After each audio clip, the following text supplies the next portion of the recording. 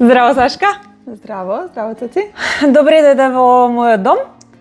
Фала на поканата. Убаво е што ми дојде на гости, си направиме еден муабет кој што ќе го документираме. Ќе може и други да го видат и слушнат. Јас и ти се познаваме поприлично добро. И од тој аспект мислам дека ќе ми биде можеби малце тешко во однос на тоа како ќе го водиме разговорот, но можеби не треба воопшто да ги комплицираме работите и да почнеме скроз од почетокот и да кажеме, да ни раскажеш како ти и твоето семејство завршивте во Осло. Да. Фала на поканата.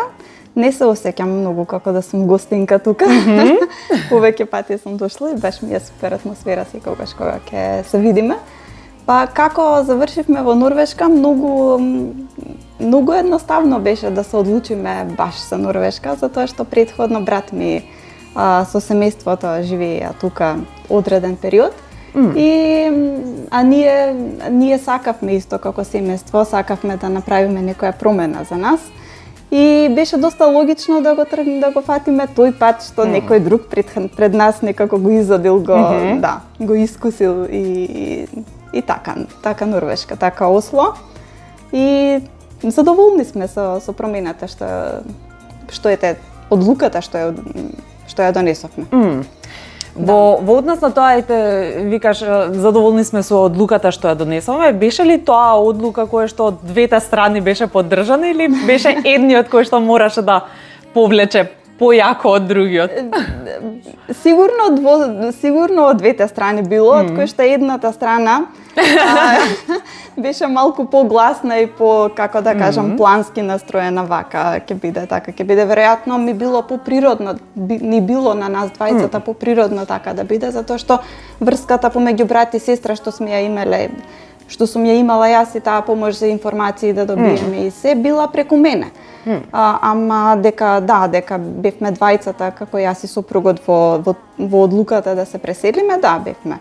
Да. Заедно со детето што го имаме, со синот наш. И беше интересен пат, интересни моменти имавме низ целото патување.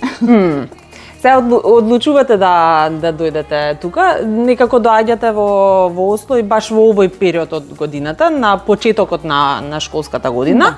И ти кажуваш доаѓаме, нели, јас сопругот и синот, доаѓате со школско дете, кој што треба да почне и да го продолжи образовниот процес во скроз друга земја. И при тоа нема појма од тоа како изгледа норвешкиот јазик, скоро па да не го ни слушнал. Точно, да. Првично дојде сопругот мој, кој што тука работеше некој 5-6 месеци и се створија услови за нас двајца, за мене и за синот, да се преселиме после тоа. Инаку синот наш имаше полни 12 години кога дојде тука и тоа е, ако добро се сеќавам, 6-то оделение. Почеток на 6-то оделение, односно не, почеток на 7-то оделение. Седмо оделение. И интересно ми беше тоа што мислев дека ќе имаме многу поголеми препреки од тоа како ќе најдеме информации, како ќе се одвива цел тој процес. И во тој момент кога дојдовме јас и синот заедно со сопругот, целиот фокус беше школа. Да се најде школа, да се почне тој процес, да почне тој да оди во училиште. И го доби многу добра организација, не затекна тука, на секоја врата која што тропнавме.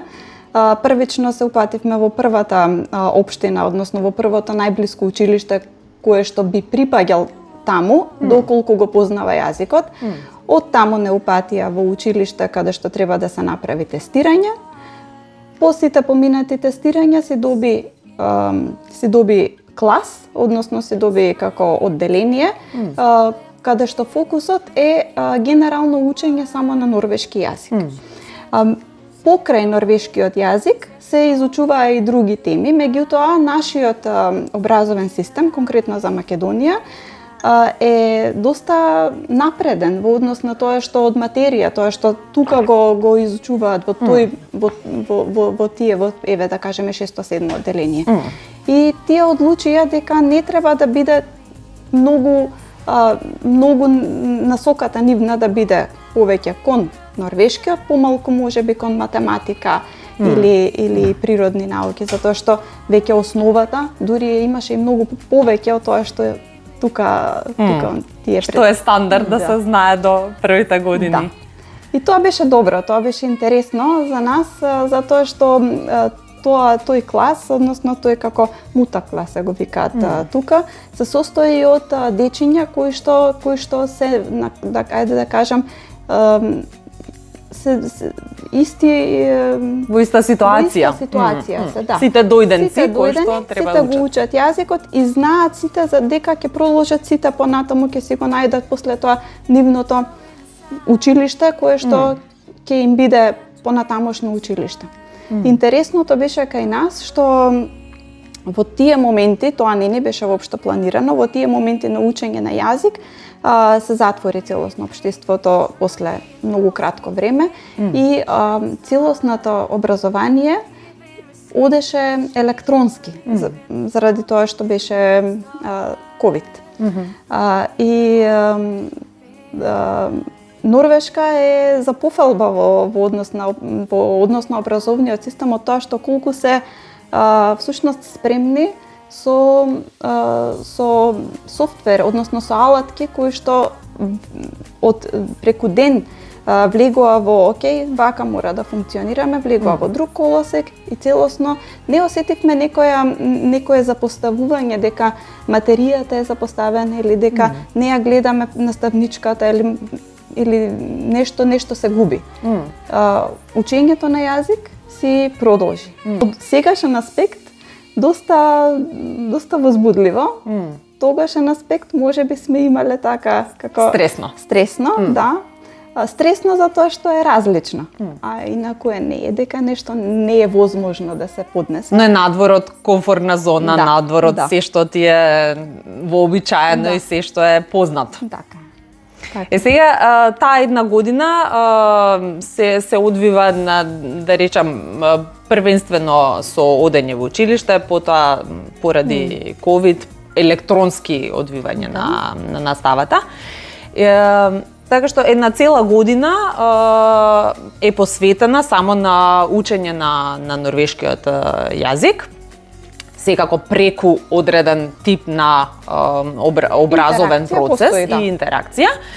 И од која таа една година е готова, е завршена, еве јас некако годината е готова, преведувам од норвешки на македонски, но годината кога е завршена, тоаш завршува и целиот тој процес на учење и твојот син почнува во нормално училиште, каде што се грото норвежани. Вие живеевте во делот од Осло, кој што е доста централно. А што беше баш така.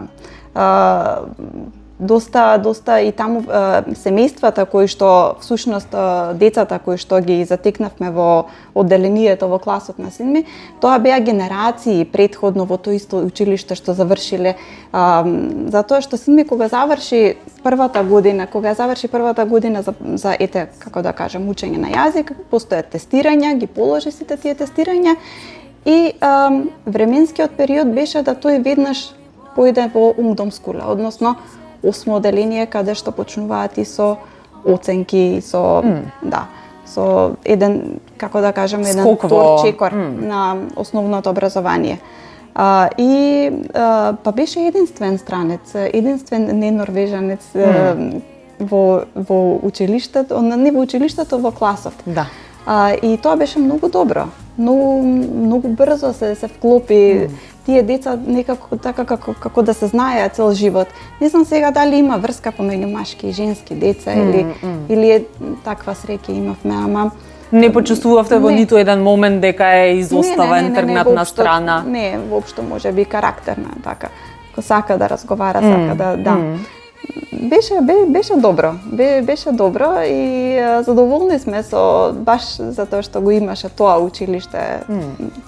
Сакавме да одиме, јас конкретно одев на родителски и родителските се едно искуство за мене тука, затоа што скроз можеш да споредиш. Различно, да. Да. А исто така имавме и тие состаноци за индивидуален развој на детето. Значи не го имавме тоа само ние затоа што ние сме сега новите, туку тоа си е еден дел од програмата. И тоа е супер. Тоа е многу добро. Тоа е еден на еден, учителот и родителите или еден родител. Да. Во некои случаи дури и детето. Точно. И се има фокус кон тоа докаде стигнало детето, што треба да биде фокус во иднина, што да се унапреди, а што е доволно добро за сегашното ниво и само треба да се надградува. Да, така е. И добро е. Убаво е кога родителот ќе види дека детето е следено, дека имаат точно знаат што му се целите понатаму, затоа што веројатно и тоа е целта на целосното образование. Можеби јас не приметив дека имаат премногу материја, од типот на непотребна материја можеби за учење. Нема непотребна материја, меѓутоа ајде да кажеме некоја споредна материја која што претеран фокус на нешто што и нема да ти треба во животот. Туку точно прашањето што сакаш да бидеш е многу често поставувано уште во нашиот случај ние од 8 оделение. 8, 9, 10 оделение веќе тие толку пати го има преку проекти и преку игра направено тоа, како да кажем, на некој начин групирање на децата, што би можеле тие да се запишат во прва година средно кога ќе дојдат, затоа што времето многу брзо лета. И тие 3 години поминаа многу брзо. И тие се веројатно свесни, и самите професори се свесни дека окей, ние мораме да ги насочиме овие деца, сега се кај нас 3 години, мораме да ги насочиме затоа што прва година средно запишувањето во средно образование е исто така многу поразлично од колку кај нас. Тука децата треба точно да знаат што сакаат од самиот старт. И е многу убаво тоа да знаат што сакаат, затоа што ако знаат што сакаат уште од стартот, ќе направат многу понатаму во текот на учењето. Конкретно во нашиот случај беше некако, и тоа беше природно да се упати кон електро, дата технологија и таа струка, затоа што едниот родител, односно таткото е во тие води. А крвта не е вода, па си тргна натака. Да, и така аплицираше. Беше едноставно за него, бидејќи од мал си го имал и онака одреден правецот. Но ете, бидејќи стигна до тој момент на средно образование, претходно спомна на еден момент на првите години нема никакви оценки, значи децата на никаков начин не се оценувани, освен тие разговори во кои што добиваме информација од учителот. Сега треба да се има фокус кон ова, математика да речеме, норвешкиот е добар, фонд на зборови е окей, меѓутоа никаква оценка. Ние сме научени, па речи си од градинка да добиваш пчелка ако си добар, а потоа уште од прво оделение добиваш петка, ако си малце полош, па добиваш четврка, па има тоа, да речам, мотивација за понатака. Овдека се воопшто тој систем на оценување е тотално тргнат од образовниот систем, барем во првите 7 години, што е првиот дел од да речеме детското училиште, потоа има уште 3 години кои што почнуваат маките и навикнување кон оценување, но средното училиште е баш јас се уште немам деца во средно училиште, меѓутоа ете и преку тебе и преку неколку други го имам слушано и малце и дури страшно каква голема разлика, огромна разлика помеѓу основното училиште и средното. Огромна разлика. И тие маки што ги спомна, односно не почнуваат од средно училиште, туку веќе од 10-то оделение, каде што толку они опуштени, како мене ми беше чудно тие деца зашто немаат домашно. И што ќе правам јас во сабота и недела, како по кој ќе викам или нешто, ама нема домашно или окей, се сработивме во школа, тоа се супер и стварно беше се сработено во училиште, меѓутоа во 10-то оделение се случи тоа што многу се битни оценките, многу е битен просекот. Затоа што има, например, има одреден број на ученици, конкретно во општина Осло, од тие ученици општината веќе нели има исто како кај нас. Се отвараат смерови, дали општа гимназија, дали насочена гимназија или во нашиот случај конкретно беше стручно училиште. И квотите, односно не може многу деца наеднаш да влезат таму. Популарни со одредени смерови. Не во секое училиште, сега има училиште и рангирани од тој истиот смер, можеш да ги одбереш тие училишта. Во првото е толку просек, во второто, третото и така на некој начин и сам ќе се групираш каде припаѓаш, а можеби ќе те охрабрат да кажеш да си кажат децата чекај 10-то оделение, имам време, можеби ќе успеам да влезам таму и таму, затоа што сите тие просеци и колку е потребно на просек да се влезе во едно училиште и сите тие листи излегуваат во овој период август-септември, значи децата кога почнуваат во 10-то оделение. И целата таа една година тие ја имаат да размислуваат само на тоа, на оценки, на просек да направат и понатаму да некој начин да се усреќат со апликацијата. Да загреат столче И сега кога ќе влезат веќе во тоа училиште и се среќни се дека влегле во прва година средно, исто како на пример како кај нас, кога ќе успееш да влезеш, еве да кажеме, не знам, Орце или Панче или не знам Карев. И тука си не е така, тука си од прва до четврта, не е така, туку прва година средно кога завршуваш, пак треба да тука е борба секоја година, дали ќе го задржиш местото во училиштето. Пак ќе треба да полагаш на некој начин приемен испит, оценките, односно просекот се зима од завршената прва година средно и апликацијата се поднесува од понова. Апликациите се поднесуваат во март, значи тие имаат на некој начин притисок да бидат добри ученици во текот на целата година, се додека дојде крајот на училишната година во јуни. И тоа тука тој дел ми се допаѓа, зашто постои стигнати цела година. Да, па постои некој, како да кажам, некој начин надпреварување помеѓу самите нив. Конкретно еве ние што имавме случај во тоа училиште каде што аплицираше за втора година средно, од 3 класа во прва година имаше место за 2 класа.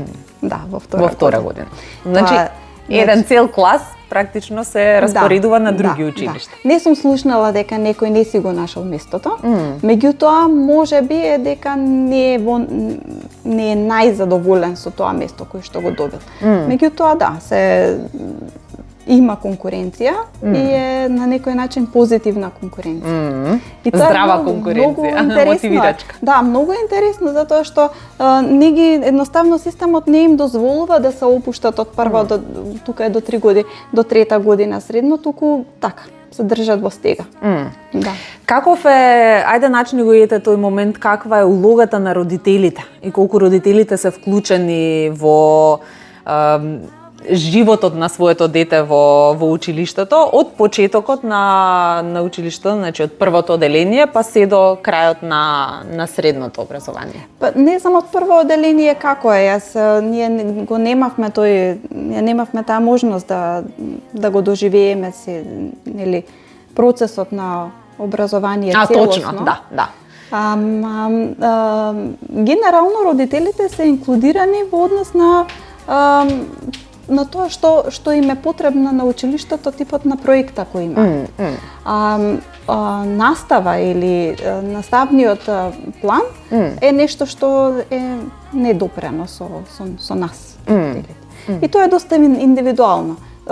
Типот колку детето ќе пренесе дома, нели, меѓутоа има апликации кај што родителот има целосна евиденција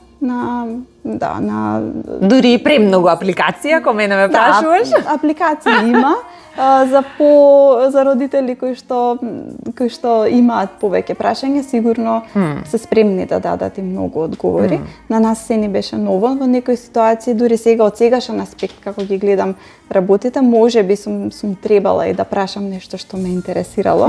Меѓутоа многу е лесно да најдеш тоа што те интересира. И е доста неформална таа комуникација помеѓу наставник и ученик и родител. Доста така слободно можеш само да напишеш здраво, јас сум таа и таа, само се прашувам дали ова е окей. И одма некако се почнува комуникација, нема некоја бариера помеѓу како сега јас сум наставник а ти си тука и мораш да нема таа хиерархија, не ја осетивме ние. И тоа е супер, тоа е окей, затоа што и детето така на некој начин се осеќа послободно. Ако има некој, не знам, потешкоти или нешто да каже. Да пренесе. Но тоа што барем јас мислам дека е клучно различно од нашата култура и норвешката е што оној момент на здраво почит кон било кој повозрасен од тебе го нема. Тука на некој начин треба се оставаат децата да дојдат до тој момент да некого почитуваат. Не им е наметнато дека и не се ни учени како мали дека треба да почитуваат некој поради самиот факт што тој некој е постар од нив. Па во училиште учителите често и на име се викани, ако не на име тогаш се на ти. Еј ти. На име се обраќаат. Не постои тоа. Не знам сега како е во Скопје, во Македонија генерално. Ние се сеќавам кога ќе дојдеше професорот во ќе станеш училница и станувавме. И ќе ни кажеше добро утро, седнете и ние седнувавме. Тука нема ни стани ни седни. Нема тоа, се викаат по име. Да, се поздравуваат дури како да се другари, ако со high five. Да. Ако се сретнат на улица, се случи на неколку пати да се сретнеме со наставникот на улица и баш беше онака, баш како многу неформално. Многу неформално пријателски настроен, што е супер. Да. Интересно. Го истеравме целиот момент на како детето го поминува образовниот процес, но не кажавме скоро па ништо за како ти го доживеа твојот почеток во Норвешка, како мајка на дете, кој што го почнува образовниот процес во друга земја, но воопшто и како жена која што оставила живот и работа во Македонија и дошла тука да повторно гради живот и повторно пробува да дојде до работа, да влезе на пазарот на труд. Пазарот на трудот, да, така е. И па всушност како да кажам, тоа се е природно, не е моментот дека е здраво Норвешка јас дојдов и сега сите врати ќе ти се отвараат, не постои. И никогаш нема да постои, треба сам да си го најдеш местото во општеството. И за тоа бевме доволно свесни.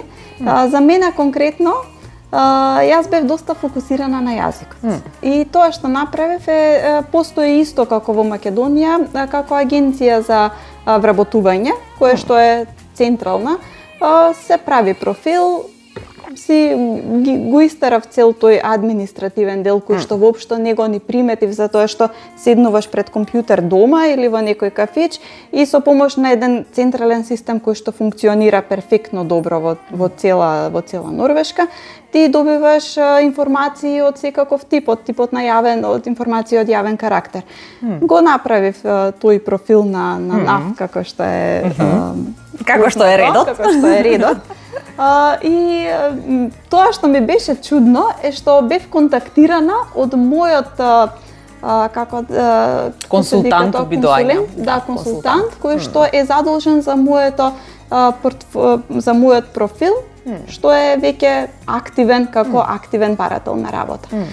Имавме краток состанок кај што ги одредивме кои се моите цели, кои се моите очекувања, што можам јас да направам за општеството да има корист од мене, а не само јас да го црпам општеството, нели? Нормално за тоа сме дојдени.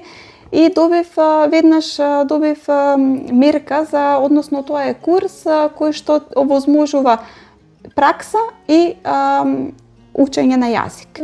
На едно малку пониско ниво од тоа што јас мислев дека можам и го можам во тој момент, тоа беше А2, Б1 ниво на изучување на јазик.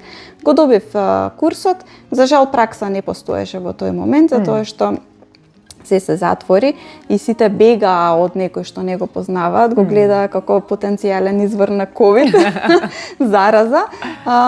Меѓутоа па имав тие 6 месеци ги искористив само за јазик и доста ефективно мислам дека ги искористив лично јас, затоа што не бев задоволна со тоа што училиштето ми го не бев задоволна, мислев дека можам повеќе. Училиштето го нуди тоа што го нуди, меѓутоа барајќи тоа што јас можам да си го пополнам времето од типот на тие денови кои што на нив им беа изреализирани за пракса, меѓутоа јас не ја добив заради ковид. Тој период го поменав во библиотека, во тие така наречени Фривили Централ, односно тоа се центри за добротворна работа, и на Спрок кафе.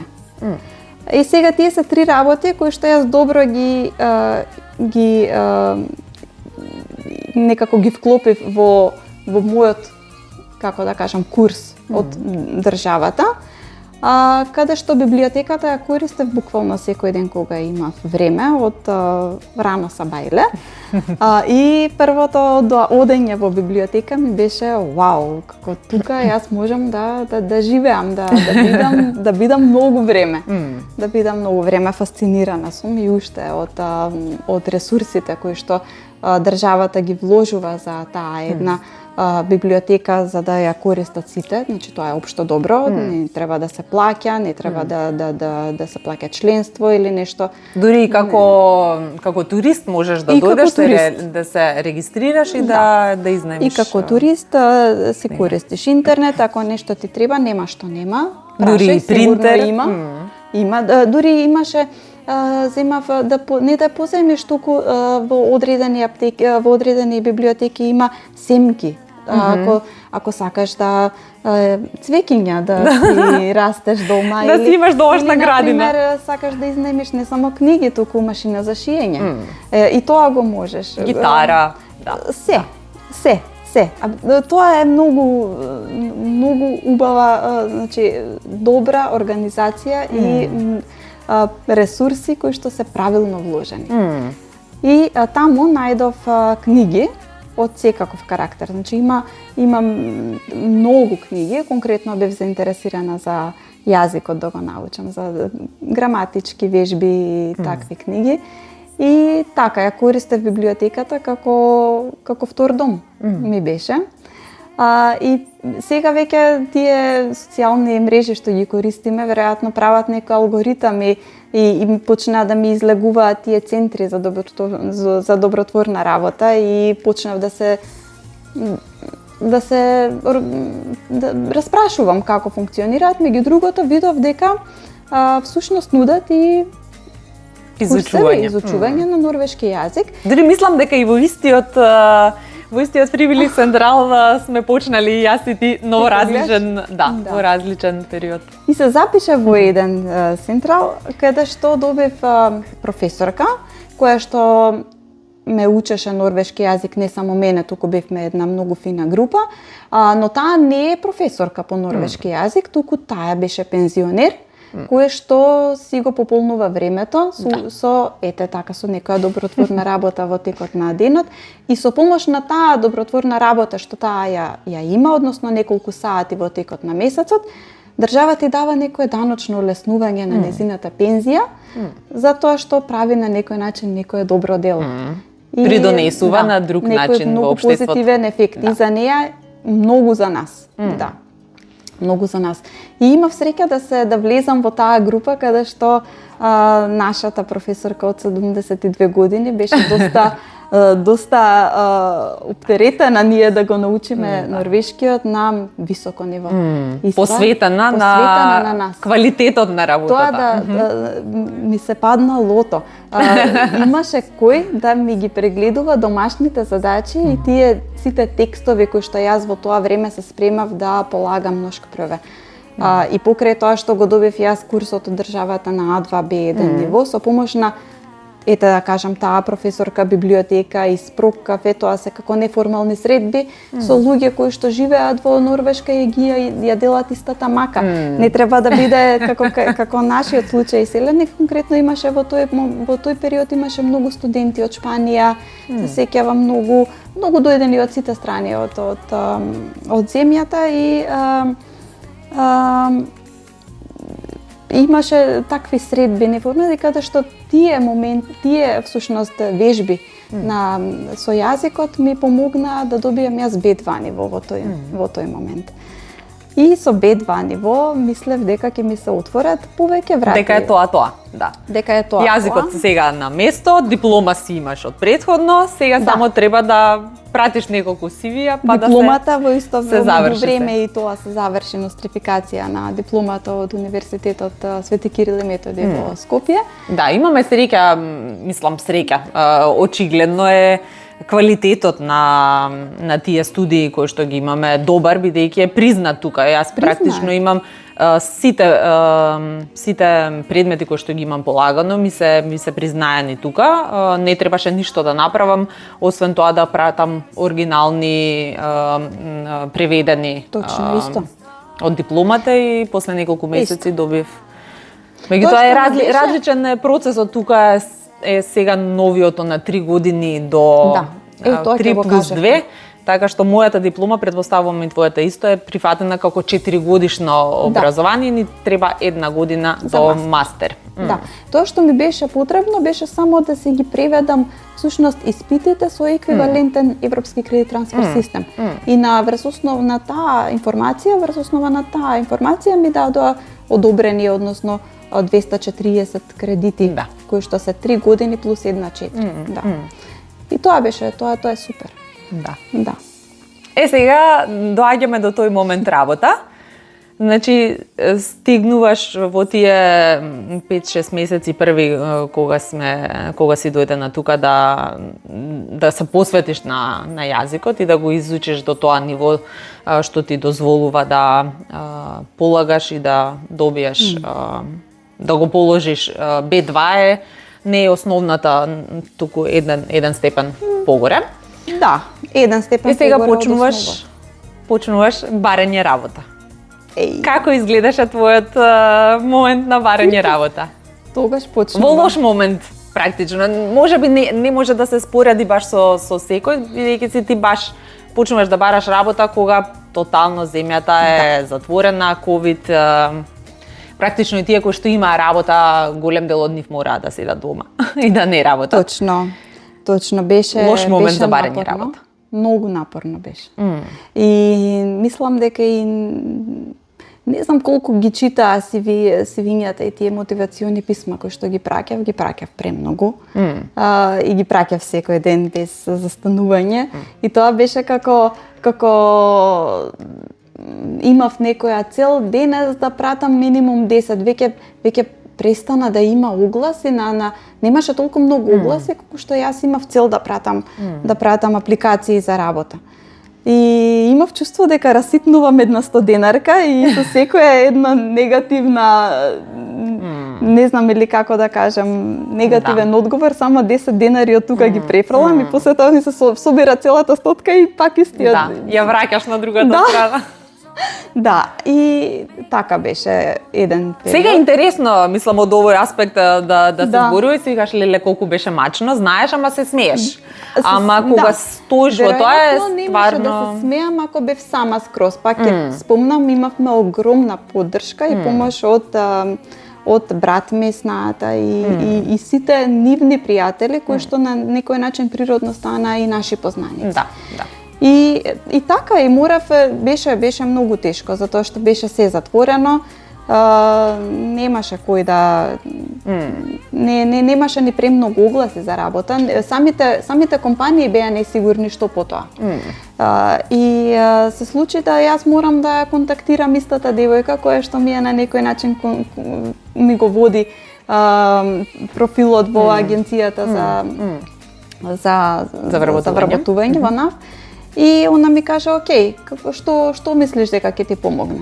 И јас видов во таа листа која што таа ми ја прати, видов еден многу добар курс за академци, организиран од Розенхоф. И каде што се бараше минимум за да се почне курсот, основно познавање на B1, веќе тоа го имав, каде што всушност беше целта на курсот не е да се научи норвешкиот јазик, туку целта на курсот е да се најде работа.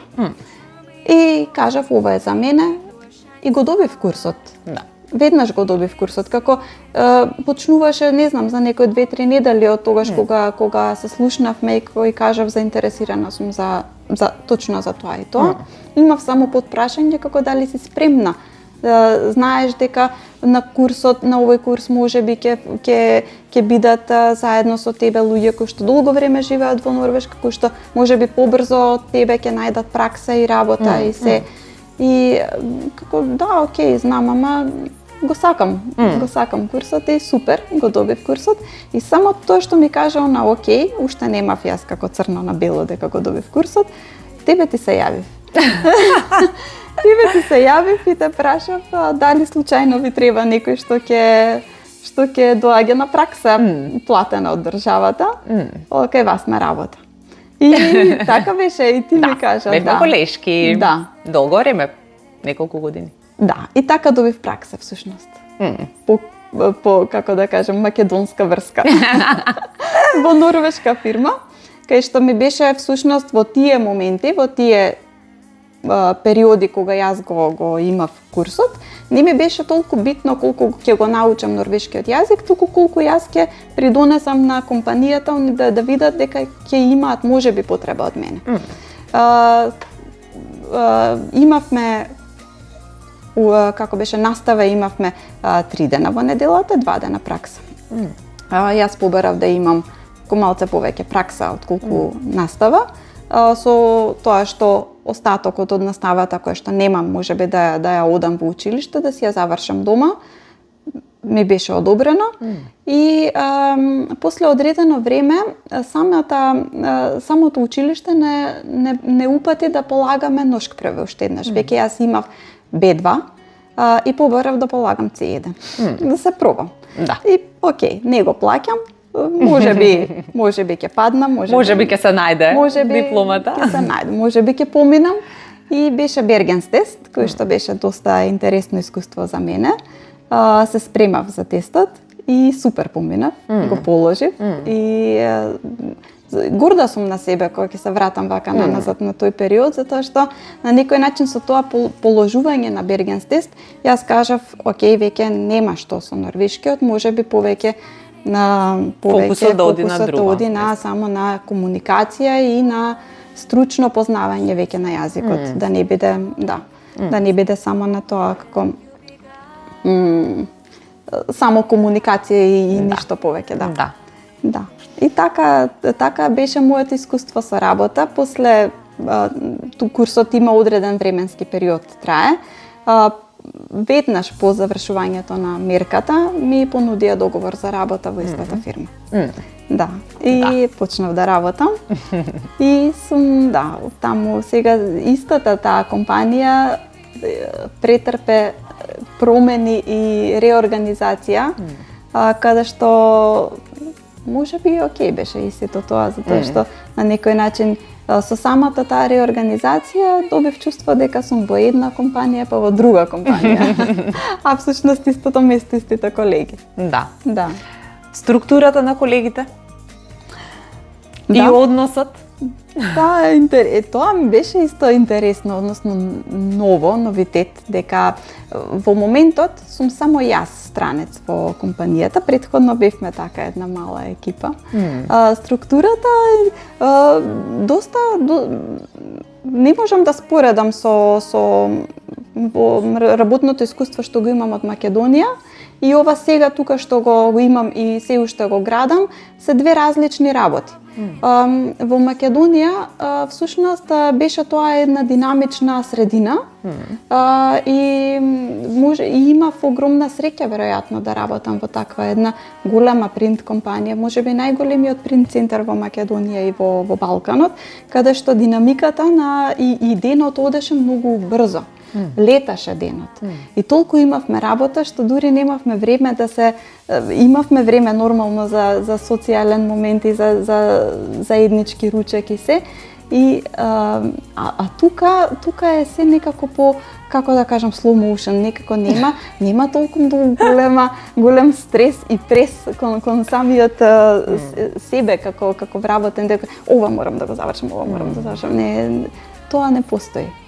Од тој момент ми е малку поразлично.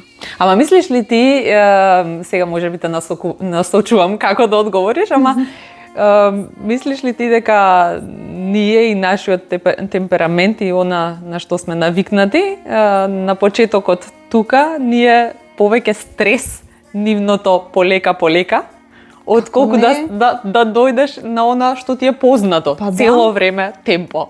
Да. Тоа јас многу пати си одев дома и ќе кажам јас ништо не направив денес. И што направив? Ја ствари состаноци. И многу е убаво тоа со состаноци. Тоа ми беше многу чудно на почеток. Ова мора да се реши, да направиме состанок. Ако треба да се реши, да го решиме, да не збориме. Треба да размислиме. Треба да размислиме за тоа. И сега ќе размислиме, и како сме размислиле, треба уште еднаш да размислиме следната. Ние сме заборавиле што сме мислеле претходната недела. Додека кај нас, јас работев во Скопје, во Полиестерде, работите се случуваа сега и одма. Доаѓаме, сите го гледаме материјалот кој што треба да се принта на компјутер.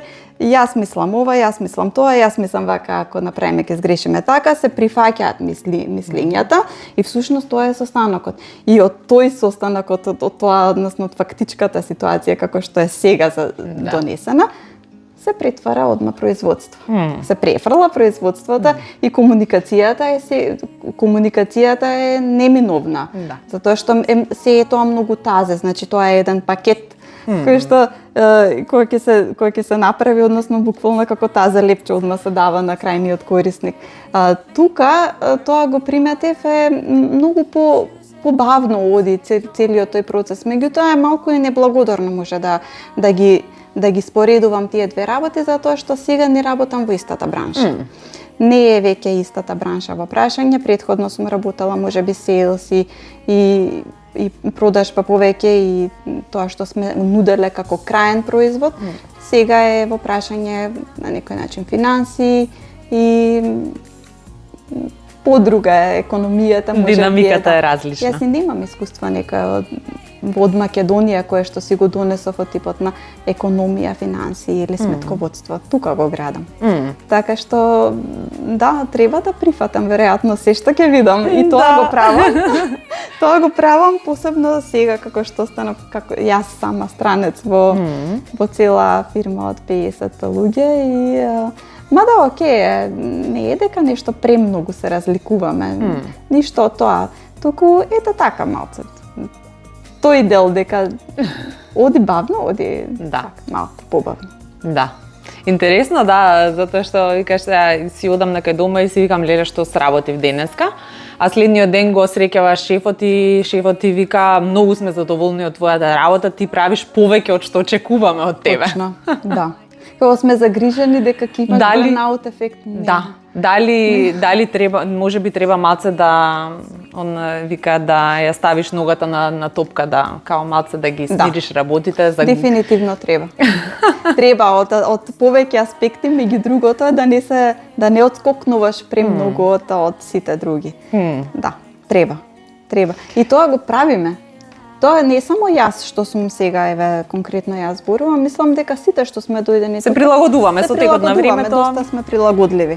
Доаѓаш на некоја средина и да, не е, мислам дека и воопшто човечки е да немаш некоја потреба да бидеш секогаш тој кој што се издвојува, туку е удобно да бидеш дел од сите.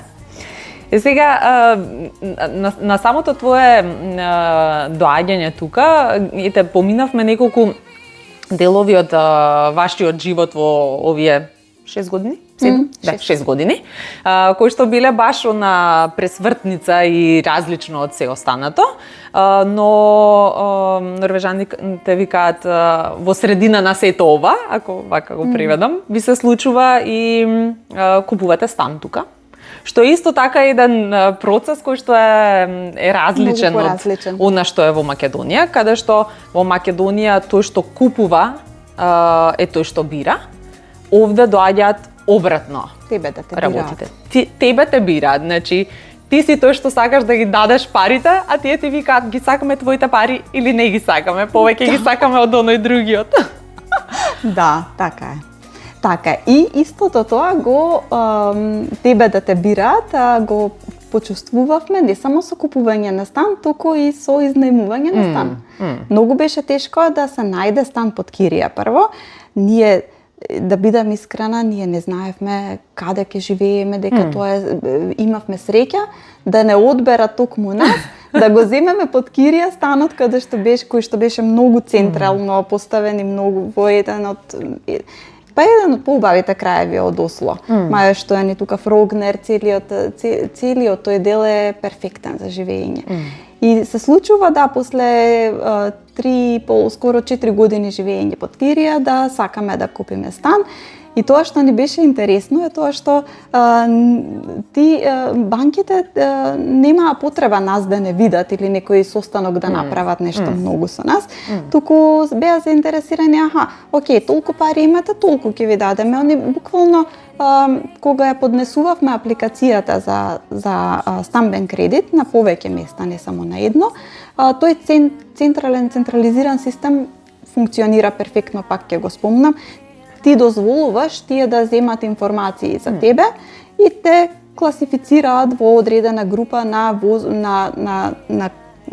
кредитоспособност, каде што ќе те ставате кој ти одговара од мене, ти се условите, кажи да, кажи не. И во сите банки каде што аплициравме, многу беше убаво, читко напишано, значи не губиш ти дел од твоето слободно време за да се фокусираш на тој дел дека јас сакам да купам стан и сега цело време да одиш по банки, да трчаш по нотари или ништо од тоа. Си седнуваш дома, си читаш и си ги прифаќаш условите првично од банката која што сакаш понатаму да те финансира и почнува постапката за стан. Тој момент исто ми беше многу интересен, што добивме ние всушност, како да кажам, како документ за финансирање кој што трае само 3 месеци. И во случај да не најдеш стан за 3 месеци, треба тоа да го обновиш. Барање на стан е доста тешка работа. Потрпен процес.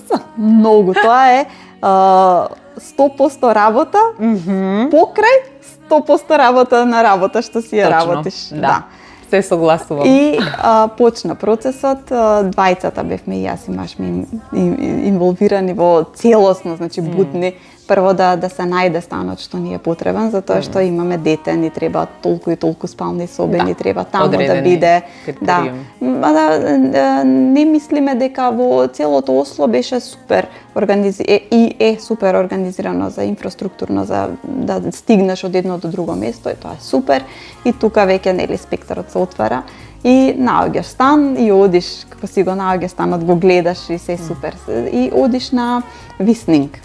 Тоа е отприлика како од пола саат, од толку до толку саат, станот е отворен за сите кои што сакаат да го видат станот. Значи не само ти, туку и можеби 10, 15, 20 други фамилии кои што влегуваат и излегуваат. Ама ние, како нови, и не знаевме што не чека и сега одиме, најдовме адресата, одиме да го видиме станот и гледаме, значи буквално луѓе чекаат да влезат внатре. Врворница од луѓе. И ние си тоа што ти доаѓа прво е дека кај ние нема шанси, овие сите пред нас што дошле и гледаме дека има точно конкретни прашања до тој агентот за недвижности.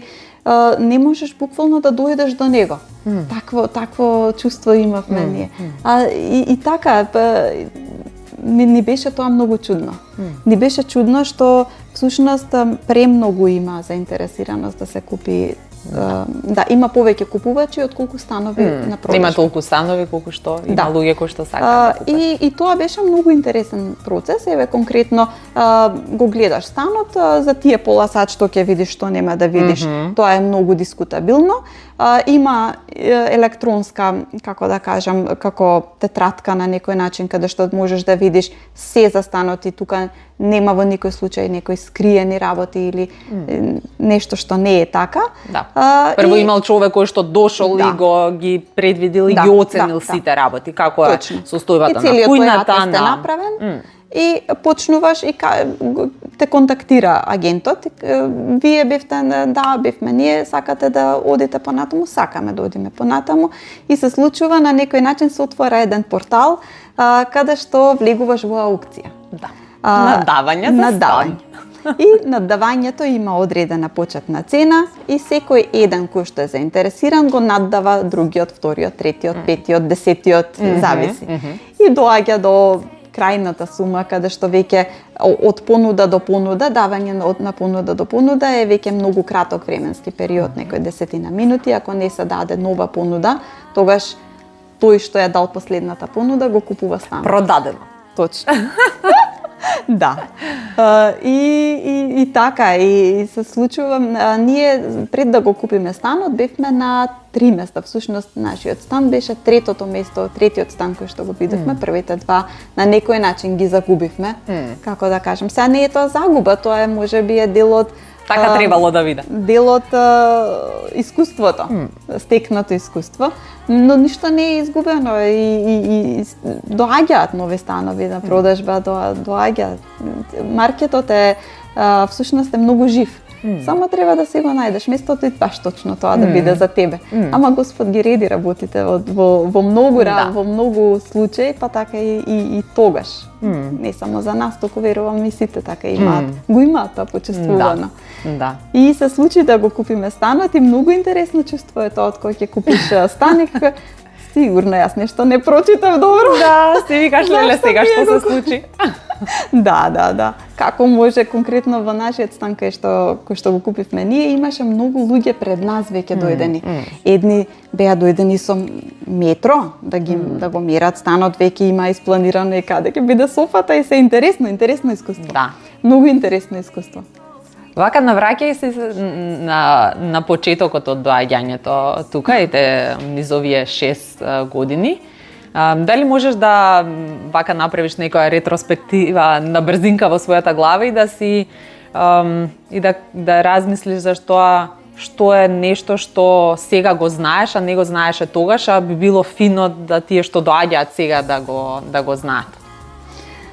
Па, сигурно има многу работи, ама конкретно е така, да не се секираат за многу, односно фокусот да биде само на нив, на тие, и на личниот развој, затоа што општествено не може да не бидеш приметен, како да кажам. Сигурно е дека ќе се најде работа, сигурно е дека ќе се прашање на време. Да се има трпеливост. Да се има трпеливост.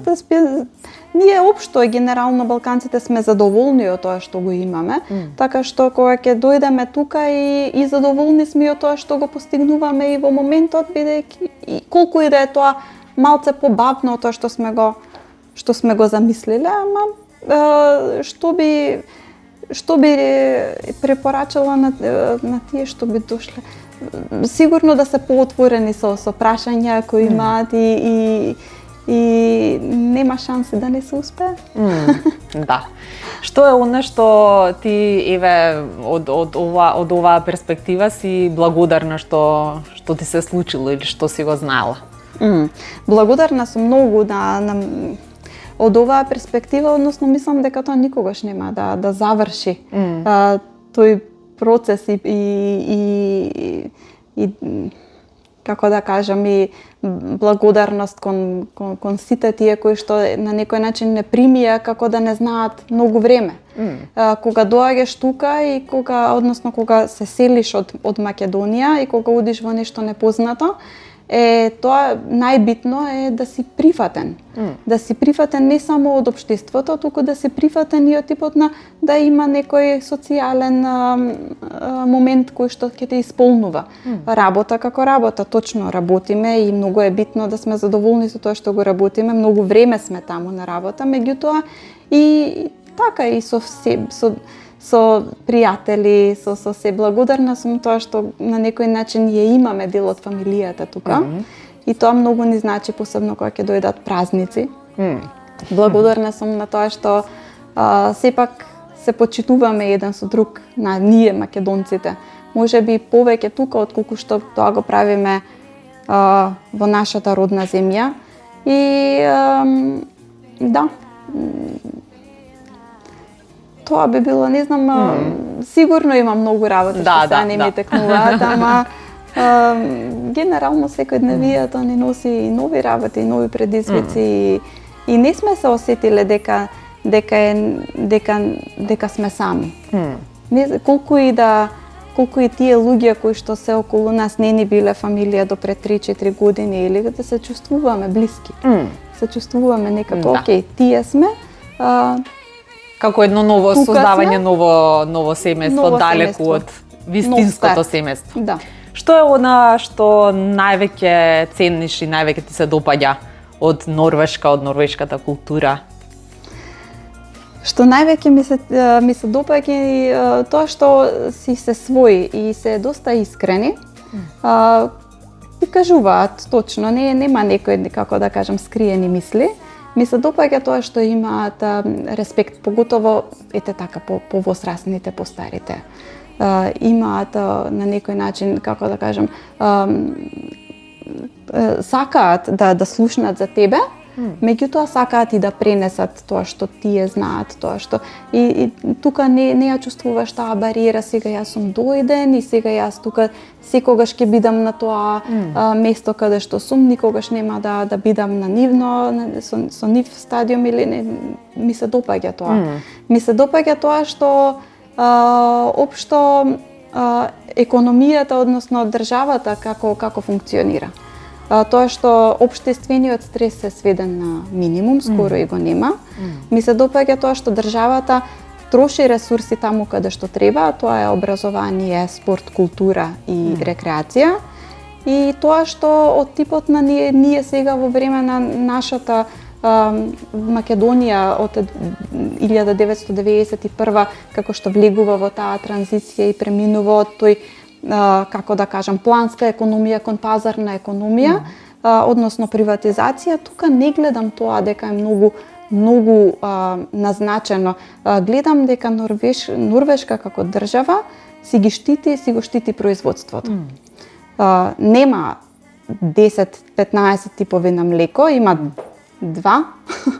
Има 2. Ако си среќен 3. Да. Ама ми се допаѓа тоа. Има 2 производства на 2 фабрики за чоколади. Скрос окей. Зашто да не, се штити производството. Тоа ми се допаѓа. Ми се допаѓа тоа што не трошиме време за административни работи. Се оди брзо. Каде што ќе тропнеш на врата не се случило да дочекаме некој негативен одговор или нешто што они не знаат. Иако не се знаело, секогаш сме добивале одговори, најмногу оцени се допаѓа здравствениот систем. Тоа што го доживеавме ние е интересен момент и тоа е дека имавме потреба да ги употребиме услугите на здравството и се чувствувавме доста благодарни за тоа.